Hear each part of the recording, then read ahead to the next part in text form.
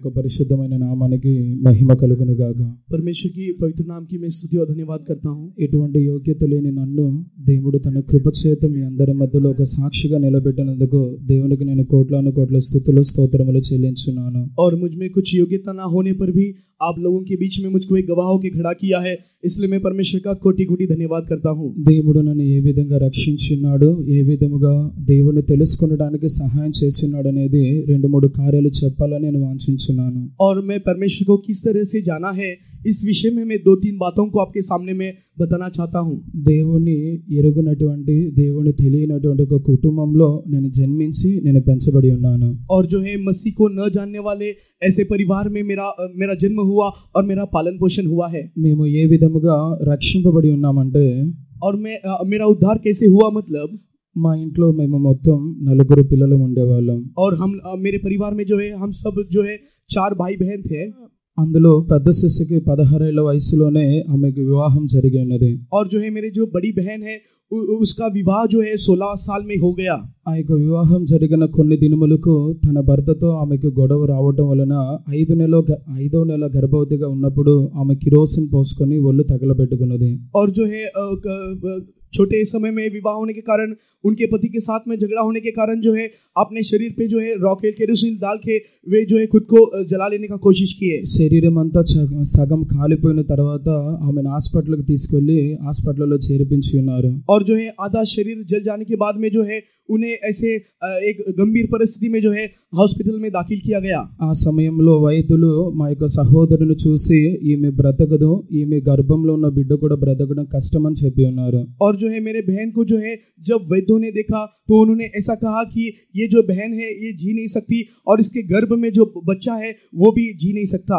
ఈమె ఈ హాస్పిటల్లో చనిపోతే మా హాస్పిటల్కి చెడ్డ పేరు వస్తుంది, తీసుకొని వెళ్ళిపోండి అని రాత్రి 12 గంటల సమయంలో హాస్పిటల్ నుండి బయటకు తీసుకొచ్చి ఉన్నారు. और जो है अगर ये जो महिला है ये जो बहन है अगर हॉस्पिटल में मर जाएगी तो हमारे हॉस्पिटल का नाम खराब हो जाएगा, इसके लिए आप इसे घर ले जाइए. ऐसा उन्होंने जो है बीच मध्य रात में 12 बजे हमें उस हॉस्पिटल से बाहर किया. ఆ సమయంలో మా తల్లి గారు మాత్రమే మా అక్కతో పాటు ఉన్నారు. और जो है उस समय में केवल मेरी माता वो मेरी बहन के साथ में थी. ఎక్కడికి వెళ్ళాలో తెలియని ఒక పరిస్థితిలో ఆమె ఉన్నారు. और जो है कहाँ पे हम लोग जाएंगे ऐसा ना समझने वाली परिस्थिति में वे लोग थे. ఎంతో మంది బంధువులు ఉన్నప్పుడు కూడా ఎవరు ఆ సమయంలో సహాయానికి రాలేదు. और कई सारे रिश्तेदार हमारे होने पर भी कोई भी उस समय में हमारे मदद के लिए कोई नहीं आया. ఆ సమయంలో ఈ సంఘమునకు చెందినటువంటి ఒక సహోదరి గారు మా తల్లి గారికి ఫోన్ చేసి పలానా స్థలంలో చర్చి ఉంది అక్కడికి వెళ్ళమని చెప్పి ఉన్నారు. और जो है इस कलीसिया का एक भाई है जो मेरे माता को जानता था, उन्होंने ऐसा फोन करके कहा कि इस जगह में हमारा कलीसिया है, वहां पे आप जाइए. రాత్రి 12 గంటల సమయంలో మా సహోదరుని తీసుకొని మా అమ్మగారు చర్చి దగ్గరికి వెళ్ళి ఉన్నారు. और जो है रात 12 बजे जो है मेरी माता मेरे बहन को जो है लेके उस कलीसिया उस चर्च में गई. రాత్రిపూట అక్కడ కూర్చొని ఆమె కన్నీళ్లు విడిచుచు ఆమె దుఃఖించుచు ఉన్నప్పుడు యేసు ప్రభు ఆమెను సంధించి ఉన్నారు. और जो है रात में दुखों के साथ में आंसुओं के साथ में प्रार्थना करने के समय प्रभु यीशु मसीह ने उनसे मुलाकात किया. డాక్టర్లు చెప్పి ఉన్నారు 24 గంటల్లో 24 అవర్స్ లో మీ కూతురు చనిపోతుంది అని చెప్పి ఉన్నారు. और जो है वैद्यों ने ऐसा कहा था कि 24 घंटे के भीतर आपकी बहन जो है आपकी बेटी है मर जाएगी. కానీ ఆ రోజు రాత్రి యేసు ప్రభు మా తల్లి గారితో మాట్లాడి మా తల్లి గారిని సంధించుట మూలముగా నేటి వరకు మా సహోదరి సజీవంగానే ఉంది. और उस समय में प्रभु यीशु मसीह ने उस रात मुलाकात करने के कारण आज तक मेरी बहन जिंदा है. ఆ దినమున దేవుని తెలుసుకొనుటకు దేవుడు సహాయం చేసి ఉన్నాడు. उस समय में प्रभु यीशु मसीह को जानने के लिए परमेश्वर ने मदद किया. మా సహోదరి ఆమె గర్భంలో ఉన్న ఇద్దరు కూడా ఆరోగ్యంగా ఉండడానికి దేవుడు సహాయం చేసి ఉన్నాడు. और मेरी बहन और उसका गर्भ में जो बालक है उस बालक को भी जो है अच्छे से रहने के लिए परमेश्वर ने मदद किया. ఆ సమయంలో దేవుడు తన వాక్కును దేవుడు నెరవేర్చి ఉన్నాడు. और उस समय में परमेश्वर का जो वायदा है परमेश्वर ने पूरा किया. వైద్యులు పనికి మాలిన వారు అని చెప్పిన వాక్యం అనేది ఆ సమయంలో మా సహోదరి జీవితంలో నెరవేర్చబడి ఉన్నది. वैद्य कोई काम में नहीं आएंगे, ये जो परमेश्वर का वायदा है उस वायदे को परमेश्वर ने मेरे बहन के जीवन में पूरा किया. అదే విధముగా ఇక్కడ ఎవరైనా వ్యాధితో ఉన్నట్లయితే ఈ రాత్రి కాల సమయంలో యేసు ప్రభువును విశ్వసించినట్లయితే అద్భుత రీతిగా దేవుడు మిమ్మల్ని బాగు చేస్తాడు. और आज रात अगर यहाँ पे कोई बीमारी से है तो तो प्रभु यीशु मसीह पे विश्वास करने से परमेश्वर आपको भली चंगाई देगा। రెండోది, నేను యవ్వన ప్రాయంలో ఉన్నప్పుడు బాప్తిసం తీసుకోవాలనుకున్న సందర్భంలో మా తండ్రి గారి ద్వారా మేము ఆటంకం చేయబడి ఉన్నాం. और जो है जब मैं जवानी के समय में बपतिस्मा लेने के लिए सोच रहा था तो मेरे माता पिता के कारण जो है मुझे रुकावट हुआ। దేవుని ఎరుగనట్టు కుటుంబంలో ఉండటం మూలముగా మా తండ్రి గారికి తెలియకుండా నేను బాప్తిసం తీసుకొని ఉన్నాను. और जो है मसीह को न जानने वाले परिवार में मेरा जन्म होने के कारण मेरे पिता को न पता होते हुए मैंने बपतिस्मा ले लिया। నేను బాప్తిసం తీసుకోనక ముందు నా జీవితం అనేది బహు దుఃఖకరముగా ఉండేది. और मैं बपतिस्मा लेने से पहले मेरा जीवन बहुत दुखी था। ప్రతి ఒక్క చిన్న విషయానికి నేను దుఃఖపడుతూ ఉండేవాడిని. और मेरे जीवन में मैं छोटे छोटे बातों के लिए दुखी होता था। ఎవరన్నా గర్దించినట్లయితే వెంటనే ఏడుస్తూ ఉండేవాడిని. अगर कोई मुझको धमकाया कुछ कहने से मैं तुरंत रोने लगता था। కానీ ఎప్పుడైతే పరిశుద్ధుల యొక్క ఆలోచన ప్రకారం బాప్తిస సత్యమునకు లోబడి బాప్తిసం తీసుకొని ఉన్నానో అప్పుడు నా జీవితం మార్చబడి ఉన్నది. लेकिन जब संतों के असल्यानुसार मैंने जब बपतिस्मा ले लिया तब मेरा पूरा जीवन बदल गया। బాప్తిసం తీసుకొనటం మూలముగా నాకు ఐజాక్ అని పేరు పెట్టి ఉన్నారు. और जो है मेरा बपतिस्मा होने के बाद मेरा नाम ऐजाक रखा गया। ఆ పేరు యొక్క అర్థం నవ్వు అని అర్థం. और इसहाक इस शब्द का अर्थ हंसी है। ఆ దినము నుండే బాప్తిసం తీసుకున్న దినము నుండే నా జీవితంలో దుఃఖమంతా తొలగింపబడి సంతోషం అనేది నా జీవితంలో ప్రవేశించి ఉన్నది. और जो है बपतिस्मा लेने के उस दिन के बाद से मेरा जीवन के सारे दुख जो है दूर हो गए और मैं आनंदित रहने लगा। దేవుని యొక్క మహా కనికరమును బట్టి ఇప్పటి వరకు ఏ విషయంలో దుఃఖపడకుండా ఉండడానికి దేవుడు నాకు సహాయం చేసి ఉన్నారు. और परमेश्वर के अनुग्रह से आज तक किसी भी विषय में दुखी ना होते हुए जीवन बिताने के लिए परमेश्वर ने मुझको मदद किया है। మీలో ఎవరైనా బాప్తిసం తీసుకొనడానికి సందేహం కలిగిన వారిగా ఉన్నట్లయితే దేవుని వాక్యానికి లోబడి తీసుకుంటే దేవుడు మిమ్మల్ని ఆశీర్వదిస్తాడు. और यदि आप में से कोई जो है बपतिस्मा लेने के लिए आप संदेह करते हैं तो परमेश्वर के आज्ञाओं को आप अधीन हो जाइए। బాప్తిసం ద్వారా నీ జీవితం నీ స్వభావం మార్చబడుతుంది. बपतिस्मा के द्वारा आपका जीवन आपका स्वभाव बदल जाएगा। మూడవదిగా నేను అభిషేకం పొందుకున్న సందర్భంలో और तीसरा मैं अभिषेक प्राप्त करने के समय में అందరికి అభిషేకం ఉంది, నాకు మాత్రం అభిషేకం లేదు. और सब लोगों ने जो है अभिषेक को पा लिया था पर मैं अभिषेक नहीं पाया था। 2010 సంవత్సరంలో విజయవాడలో జరుగుతున్న ఒక చిల్డ్రన్స్ మీటింగ్ కి నేను వెళుతున్న సందర్భంలో और 2010 में जब विजयवाड़ा में चिल्ड्रंस कन्वेंशन चल रहा था उस समय वहां पे मैं जाने से ఆ ప్రార్థనకు వెళ్ళేటప్పుడు ఇంట్లో నేను ఈ విధంగా ప్రార్థన చేసి నేను వెళ్ళి ఉన్నాను. और जो है घर से जाने के समय में मैं इस तरह से प्रार्थना करके गया। నేను చిల్డ్రన్స్ మీటింగ్ వెళ్తున్నాను. ఆ చిల్డ్రన్స్ మీటింగ్ లో మీరు నన్ను అభిషేకించాలి, లేని అట్లయితే తిరిగి వచ్చినప్పుడు అభిషేకం దొరకకపోతే ఇక ఎప్పుడు మరలా నీ సన్నిధానానికి నేను తిరిగి రాను అని చెప్పి తీర్మానంతో నేను ఆ కూటానికి వెళ్ళి ఉన్నాను. और जो है मैंने एक ऐसा वाचा बांधा, यदि तू मुझको इस चिल्ड्रंस कन्वेंशन में अभिषेक ना देने से मैं फिर तेरे सम्मुख में कदापि ना आऊंगा।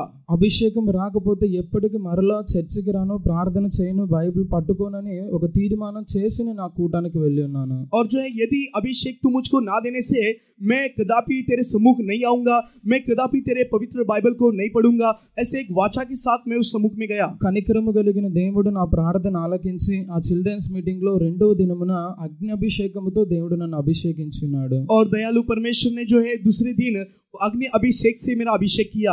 దేవుడు అన్యాయస్తుడు కాదు.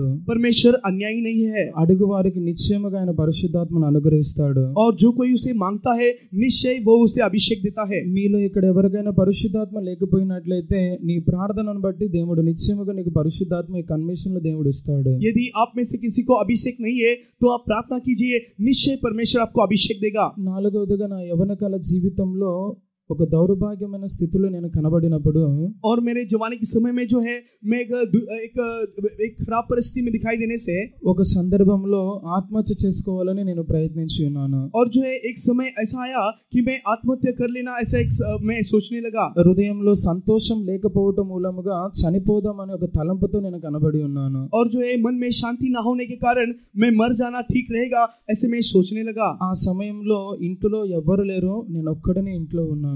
और उस समय में मेरे घर में कोई नहीं था, केवल मैं अकेला था। రాత్రి 10 గంటల సమయంలో ఒక గ్లాసులో పాయిజన్ పోసుకొని తాగాలని ఒక గ్లాసులో పెట్టుకొని ఉన్నాను. और जो है मैंने एक ग्लास ले लिया, उसमें जो है विष को डाल के मैं उसे पी लेना ऐसे मैं सोचने लगा। ఆ గ్లాస్ తీసుకొని నోటి దగ్గర పెట్టుకొని తాగుతున్న సందర్భంలో और वो जहर लेके मैं जब पीने लगा ఎవరో బయట నుండి నా పేరు పెట్టి నన్ను 3 సార్లు పిలిచి ఉన్నారు. और कोई बाहर से जो है 3 बार मेरे नाम को लेके पुकारा।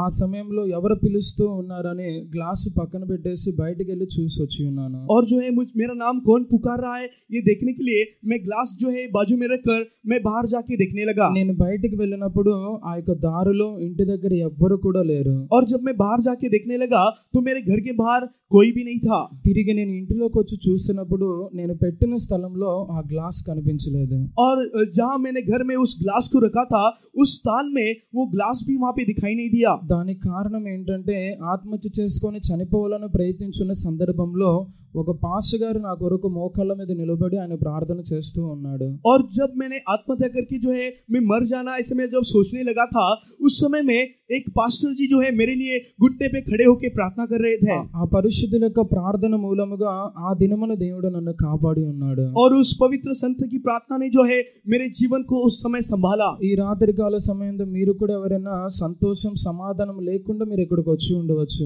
और शायद आज रात में आप लोग शांति के बिना आनंद के बिना परमेश्वर के सम्मुख में आए होंगे। ఇక్కడ అనేక మంది పరిశుద్ధులు ఉన్నారు. వారి దగ్గర మీరు ప్రార్థన చేయించుకున్నట్లయితే నిశ్చయముగా మీకు శాంతి సమాధానం దొరుకుతుంది. और यहाँ पे पवित्र संत लोग हैं उनकी ओर से आप प्रार्थना करके लेने से निश्चय आपको शांति मिलेगा, खुशी मिलेगा। తర్వాత నా జీవితంలో నేను ఏం చేయాలి అనే ఒక ఆలోచనలో నేను పడి ఉన్నాను. और जो है मेरे जीवन में मैं क्या करना है इस चिंता में मैं दिखाई दे रहा था। ఏ విధముగానైనా సరే ఈ లోకంలో గొప్పవాడిగా ఉండాలని ఒక తలంపు నాలో బయలుదేరి ఉన్నది. और कैसे भी करके इस संसार में एक बड़ा व्यक्ति होना है ये सोच मेरे मन में चल रहा था। చిన్నప్పటి నుంచి పాటలు పాడుట అంటే డాన్స్ అంటే చాలా ఇష్టం. और जो है बचपन से गीत गाना और डांस करना मुझको बहुत पसंद था। అందువల్ల డాన్స్ మూలంగా పాటల మూలంగా ఎలాగైనా సరే ఫేమస్ అవ్వాలని ఒక తలంపు నాలో ఉండేది. और कैसे भी नाच कर जो है मैं एक पद को धारण करना है या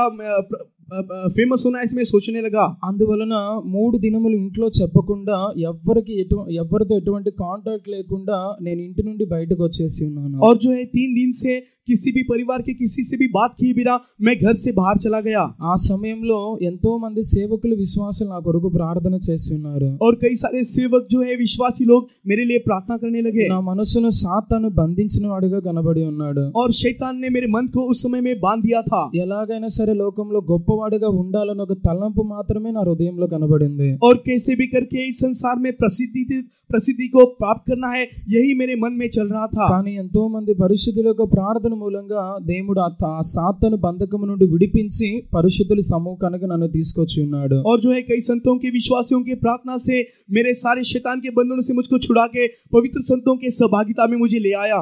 అలాగే మీరు కూడా అనేక మంది ఈ లోకంలో గొప్పవారుగా ఉండాలనే ఒక తలంపుతో ఈ కూటానికి వచ్చి ఉండవచ్చు. और शायद आप भी परमेश्वर के सम्मुख में बड़े होने के लिए बड़े पद को हासिल करने के लिए शायद आप परमेश्वर के सम्मुख में आए होंगे। ఈ లోకంలో కనబడుతున్న పేరు ప్రఖ్యాతులు అనేవి అవి కొన్ని దినములు మాత్రమే ఉంటాయి. और इस संसार में जो नाम और पद हमें मिलता है वो केवल थोड़े दिन के लिए है। అందువలన లోకమును లోక కార్యములను ఎవరు ఆశించవద్దు. इसलिए संसार की किसी भी बात का आशा आप अपने मन में मत रखिए। నా జీవితంలో ఒక సందర్భంలో భయంకరమైన వ్యాధి చేత నేను కష్టపడి ఉన్నాను. और एक समय में मेरे जीवन में मैं एक भयंकर बीमारी से मैं ग्रस्त हो गया। 14 రోజులు టైఫాయిడ్ జ్వరంతో అన్నం తినలేకుండా నీళ్లు తాగకుండా కష్టపడి ఉన్నాను. और 14 दिन से जो है टाइफाइड बीमारी के कारण जो है मैं किसी प्रकार का अन्न खाए बिना या पानी पी बिना मैं दिखाई दिया। నన్ను చూసిన ప్రతి ఒక్కరు కూడా నువ్వు చనిపోతావు అని చెప్పి నన్ను భయపెట్టి ఉన్నారు. और जो कोई मुझको देखता था वे लोग कहते थे कि निश्चय तू मर जाएगा। కానీ 14వ రోజు రాత్రి నేను దేవుడి దగ్గర ఒక తీర్మానం చేసి ఉన్నాను. लेकिन 14वें दिन